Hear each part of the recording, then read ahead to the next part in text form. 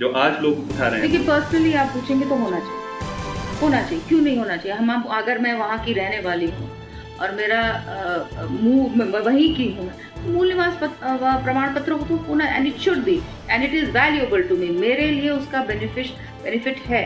तो बिल्कुल, मैं तो पर्सनली अगर आप पूछेंगे तो बिल्कुल मैं कहती हूँ कि मूल निवास पत्र होना चाहिए। बिल्कुल, आप बड़ी बेबाकी से आपने आखिरी सवाल का जवाब दिया, क्योंकि ज्यादातर इस सवाल में लोग उलझ के रह जाते हैं। नहीं, पॉलिटिकल है ही नहीं। It is, I am from Uttarakhand. मैं अगर उत्तराखंड की निवासी हूँ तो स्थायी का क्या मतलब है? भाई, मैं यहाँ की मूल निवासी हूँ, उसके जो बेनिफिट्स होते हैं मूल निवासी होने के कारण, वो मुझे मिलने चाहिए। और क्यों नहीं मिलने चाहिए? इसके लिए लड़ा है, झगड़ा है, इसको बचा के रखा है महिलाओं ने। चिपको आंदोलन से लेकर और टिंचरी माई से लेकर क्या नहीं इस उत्तराखंड के लिए किया। तो अगर मैं यहाँ की मूल निवासी हूँ तो मुझे उसके बेनिफिट मिलने चाहिए।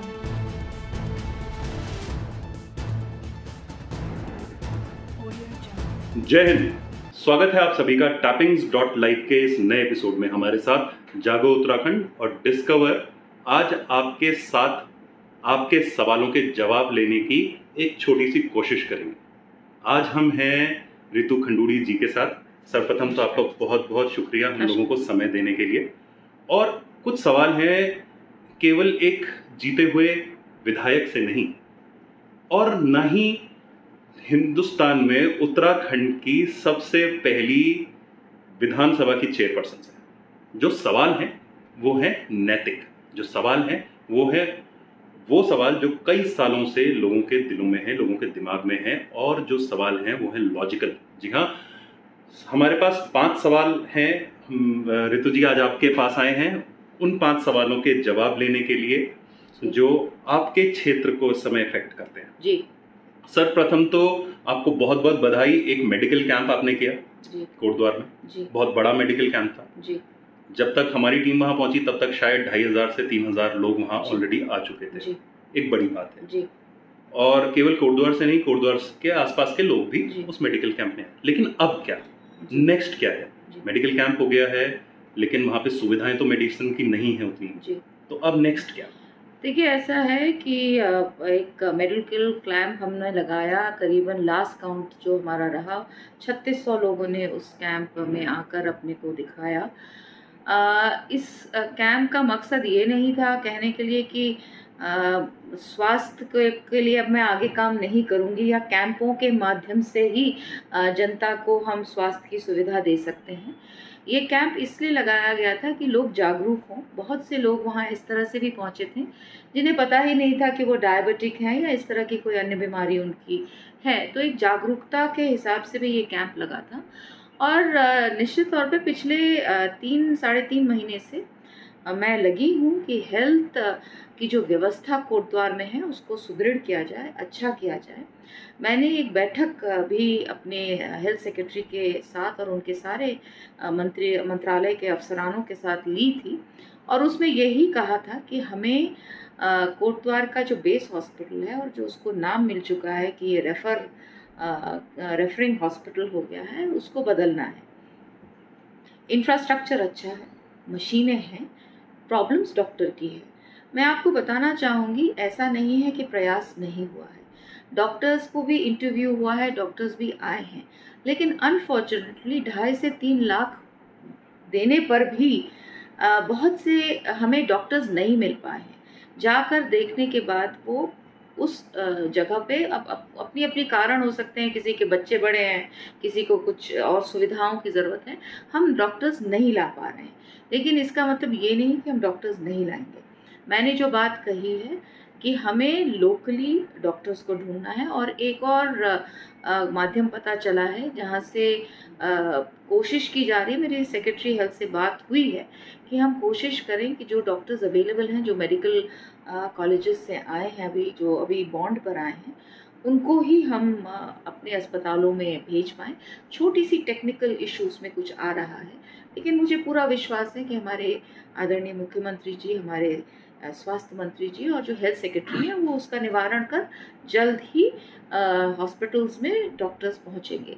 ये है। इसके अलावा और भी बहुत सारी चीज़ें हैं, मैं लगातार काम कर रही हूँ। वैसे आपने स्वास्थ्य का पूछा है, सितंबर में मेरा एक और कैंप लगाने का इरादा है, और इस बार मैं आयुर्वेदिक कैंप लगाने जा रही हूँ और एक तो बड़े पैमाने पर ये कैंप लगेगा। हम क्या ये मान सकते हैं कि मल्टी स्पेशलिटी हॉस्पिटल्स या मल्टी स्पेशलिटी विंग्स कोटद्वार में आ सकती हैं? क्योंकि सबसे बड़ा प्रॉब्लम ही यही है, अगर कोई हार्ट अटैक का मरीज आता है तो सीधे इसलिए रेफर कर दिया जाता है क्योंकि वो किस कंडीशन में है, किस स्टेज पे पहुंच चुका है, इसके बारे में लोग पता नहीं करते। It's very unfortunate. जब मैंने अपनी हेल्थ सेक्रेटरी से ये बात कही कि आप कोटद्वार के ही किसी कार्डियक सर्जन को या डॉक्टर को आप अनुबंधित करिए हॉस्पिटल के लिए, आपको जानकर हैरानी होगी कोटद्वार में there is no heart doctor. तो अब ना प्राइवेट में है ना गवर्नमेंट में है, तो बहुत बड़ी एक समस्या तो है ही। प्रयास है, कोई भी सरकार या कोई भी प्रतिनिधि बिल्कुल नहीं चाहेगा कि उनके क्षेत्र का व्यक्ति परेशान हो, स्वास्थ्य को लेकर परेशान हो। और आज के समय में ortho, gynae, eye, cardiac, these are normal doctors which are needed. ये बहुत बेसिक चीज़ है, बेसिक रिक्वायरमेंट है। हम लोग खोज रहे हैं, कर रहे हैं, कुछ दिक्कतें आ रही हैं, लेकिन मुझे विश्वास है कि वो दिक्कतें जल्दी सॉल्व होंगी और हम बेस हॉस्पिटल कोटद्वार में डॉक्टर्स ला पाएंगे। तो कहीं ना कहीं हम मल्टी स्पेशलिटी की तरफ जाने की किवायत में हैं। बिल्कुल तो कोशिश है। चलिए इससे ही हम आगे बढ़ते हैं, कोटद्वार की दूसरी समस्या के बारे में हम बात करते हैं। हम बात करते हैं स्कूलिंग की। एक आपका प्रयास रहा है, 3 चीज़ों पे आपका प्रयास अभी दिख रहा था। एक तो रोड की तरफ दिख रहा था कि कोटद्वार की तरफ पहले आने के लिए लोगों की सुविधाएं बन सकें, तो जो बड़ी खतरनाक रोड्स थी उनको आपने करवाया, उसके लिए आपको बधाई। परंतु उसी के साथ वो रोड कहाँ तक ले जाएंगी लोग? क्या वो उन स्कूल्स तक ले जाएंगी जिनके मापदंड किसी और क्षेत्र के हिसाब से तय होंगे, यानी कि देहरादून के हिसाब से तय होंगे, या ऐसी पॉसिबिलिटी है भी आगे या नहीं है, या हम कोई नई ही पॉसिबिलिटी वहाँ पे बनाने की कोशिश कर रहे हैं? क्योंकि स्कूल्स के ऊपर आप काम कर रहे थे। देखिए ऐसा है, स्कूल्स की बेसिक एजुकेशन अच्छी होनी चाहिए। बच्चों को हमें इस तरह से एजुकेशन करनी चाहिए कि वो आगे जाकर अपने जीवन में कुछ कर पाएँ। साथ ही साथ skill is also extremely important. School education Kotdwar की अच्छी है, ऐसा नहीं। हम आप देखिए बच्चे वहाँ से निकलते हैं, चाहे कोई रशिया जा रहा है, यूक्रेन जा रहे हैं, ऐसे बहुत से बच्चे वहाँ से निकल के बाहर निकल रहे हैं और पढ़ाई अच्छी है। लेकिन जो हमारे गवर्नमेंट स्कूल्स हैं, प्राइवेट स्कूल्स के बारे में तो मैं बहुत ज़्यादा नहीं बोलना चाहूँगी, लेकिन अच्छे स्कूल्स हैं, they are doing a good job. मैं 1-2 प्राइवेट स्कूल्स में मैं गई भी हूँ और वहाँ की प्रिंसिपल्स को, टीचर्स को, बच्चों को मिलके मुझे लगा कि कोटद्वार में प्राइवेट एजुकेशन अच्छी चल रही है। जहाँ तक सरकारी आपकी एजुकेशन का सवाल है, प्राइमरी स्कूल्स में मुझे लगता है तो इंफ्रास्ट्रक्चर की हमारी बहुत ज़्यादा दिक्कतें हैं गवर्नमेंट स्कूल्स में। इस पर मैंने निवेदन तो किया ही है और आदेश भी दिए हैं कि मुझे जल्द से जल्द एस्टिमेट्स पहुंचाए जाएं कि कौन से ऐसे स्कूल्स हैं जहां बच्चे बैठ नहीं पा रहे हैं या चू रहे हैं, टपक रहे हैं, सो दैट उनके लिए हम एक अच्छा एटमॉस्फेयर क्रिएट कर पाएँ। बच्चा स्कूल तब पसंद करता है ना जब उसका स्कूल जाने का माहौल अच्छा हो, और माहौल दीवारों से भी बनता है। माहौल कितना बड़ी, बैठने की कैसी जगह है, प्लेग्राउंड है कि नहीं है, तो इन सब चीज़ों पे मेरा ध्यान है और मेरी कोशिश रहेगी कि बच्चों को बढ़िया से education right from primary level हम बच्चों को अच्छे शिक्षा दे पाएँ। साथ ही साथ हायर जो लेवल्स हैं उनमें हम काउंसलिंग कर पाएँ। जो मेरा next step I am looking eight कि जो 11वीं और 12वीं पर्टिकुलर 9th से भी हो सकती है, 9th में भी हमें काउंसलिंग करनी चाहिए ताकि बच्चे आज समझ पाए कि उसे करना क्या है आगे जीवन में। और 11th में इसलिए करनी चाहिए ताकि वो निर्णय ले पाए कि उसे किस तरफ जाना है। गायक बनना है, इंजीनियर बनना है, डॉक्टर बनना है, पॉलिटिशियन बनना है। सो वी नीड टू उनको हमें बहुत सारी चीज़ें एम्पावर करना है। Basically we need to give them information, give them knowledge. So I am looking at improving the infrastructure of schools. Infrastructure improve करूँगी, काउंसलिंग हम देना चाहेंगे। नैतिक शिक्षा मेरे हिसाब से, खैर ये पॉलिसी डिसीजन है, I am also going to go to the government. नैतिक शिक्षा दोबारा से सरकारी स्कूलों में शुरू होनी चाहिए। Moral education, yes.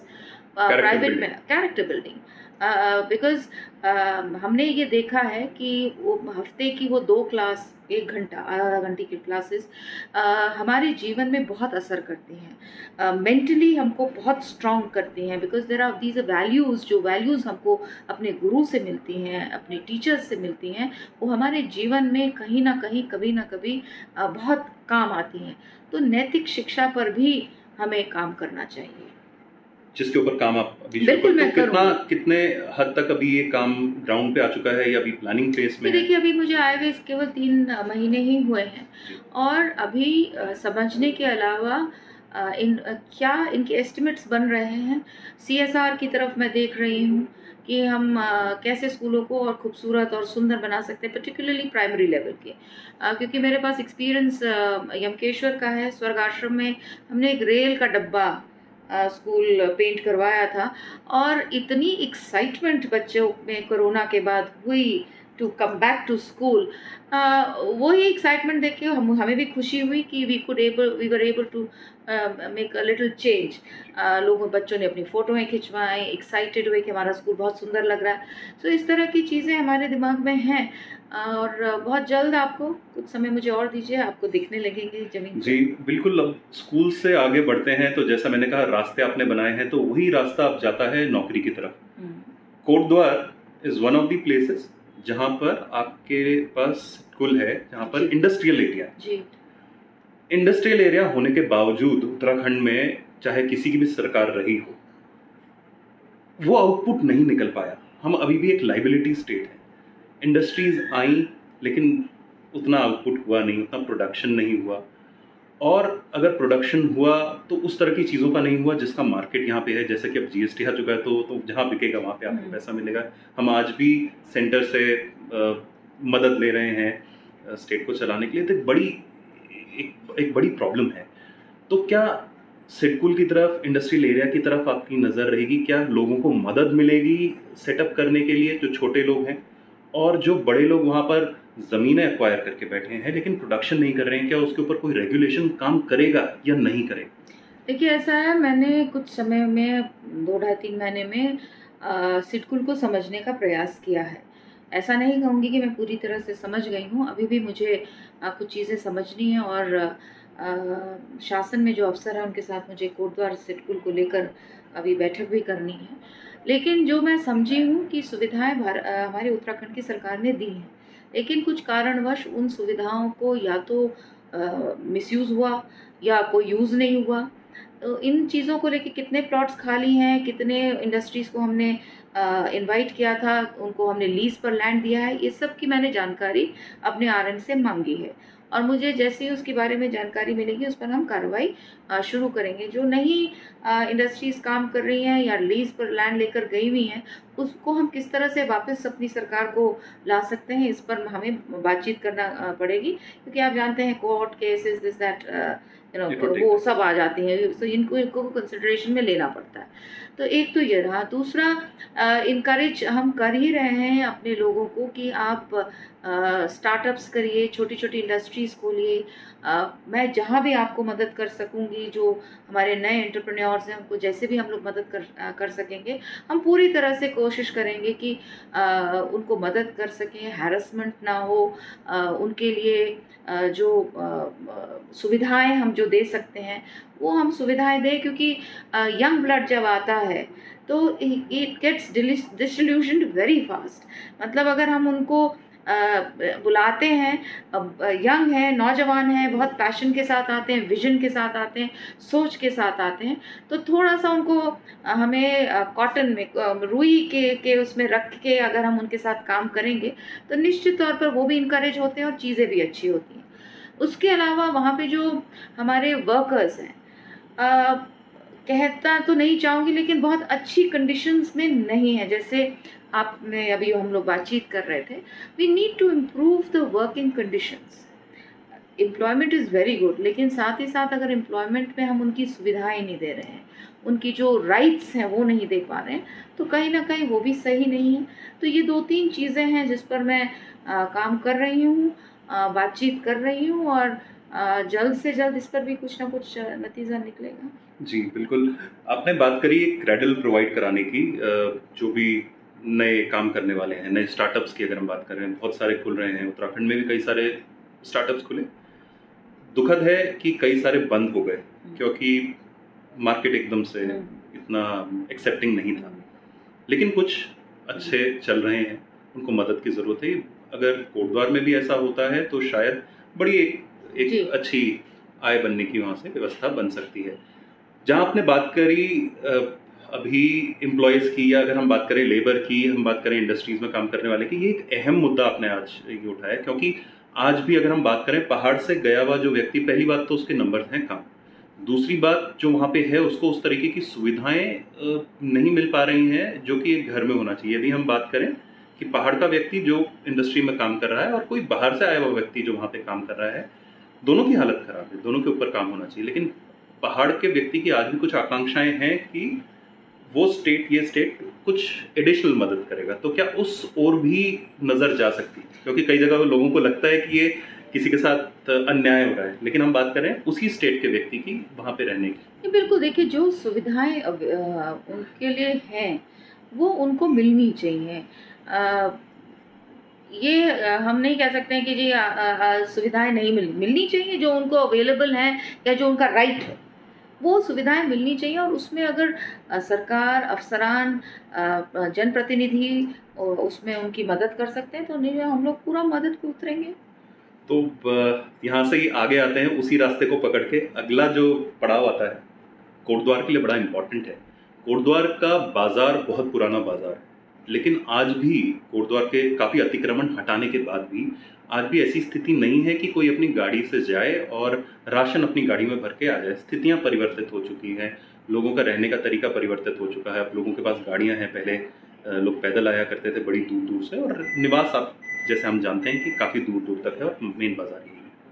तो क्या ऐसे में कोटद्वार, पहला इसके इस सवाल के दो पार्ट्स।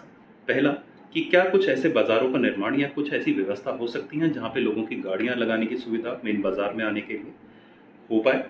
दूसरा, क्या वो अतिक्रमण जिससे कोटद्वार आज भी भयभीत है, जो कहीं पर भी हो रहा है, जो इससे पहले की कुछ सरकारों के द्वार के समय हुआ, यानी अगर हम रेलवे पटरी के पार की ओर देखें या हम नदी के आसपास भी देखें, कई जगह पे अतिक्रमण हुआ, उसके ऊपर कुछ काम होगा या ये जो आवाज़ है वो हल्के हल्के कहीं जाके थम जाएगी? नहीं, देखिए ऐसा नहीं है।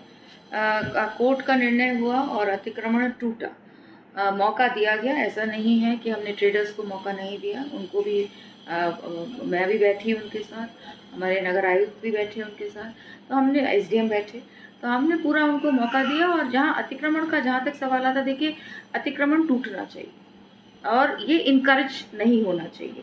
और बहुत बार ऐसा भी हुआ है, लोग बता भी देते हैं कि यहाँ अब धीरे धीरे लोग अतिक्रमण कर रहे हैं तो आप वहाँ रोकिए। तो एक दो इंसिडेंट्स मेरे समय में ही हो गए हैं और हमने उनको रोकने का प्रयास भी किया और एसडीएम साहब वहाँ पहुँचे भी हैं। बिल्कुल अतिक्रमण नहीं होना चाहिए, इसका तो कोई दूसरा सवाल ही नहीं है। और कोटद्वार जैसा शहर जो कि बचपन, if I talk of 40 years और 30 years बैक और 50 years बैक, ग्रो नहीं कर पाया, हैपहैज़र्ड ग्रोथ हुई है। बहुत बार तो ऐसा हुआ है कि अगर मैं पैदल किसी गली में घुस रही हूँ और उधर से स्कूटी आ रही, तो हम दोनों आर पार नहीं हो पाएंगे। तो इसमें किस तरह से technology, will have to use technology, sewage नहीं, ट्रेंचिंग ग्राउंड्स नहीं। सो बहुत सारी चीज़ें होनी चाहिए थी कोटद्वार में, उसका डेवलपमेंट इस तरह से होना चाहिए था।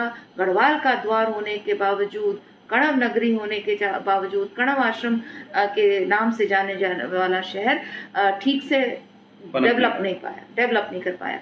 अब दिक्कतें हैं क्योंकि चीज़ें बन चुकी हैं। अब उन बनी हुई चीज़ें, दिक्कत में मैं ये भी मानूं, देखिए वैसे तो पॉलिटिकल में नहीं जाना चाहूँगा, लेकिन क्या मैं इस दिक्कत में ये भी मानूं कि दो अलग अलग डिपार्टमेंट्स काम कर रहे हैं, एक डिपार्टमेंट अलग विचारधारा पे है, इससे कोई, देखिए आई डोंट केयर किसकी क्या विचारधारा, उसमें मुझे कोटद्वार का भला चाहिए, मुझे कोटद्वार का विकास चाहिए। मुझे कोई इंटरेस्ट नहीं है कौन क्या सोच रहा है, कौन क्या सोच रहा है।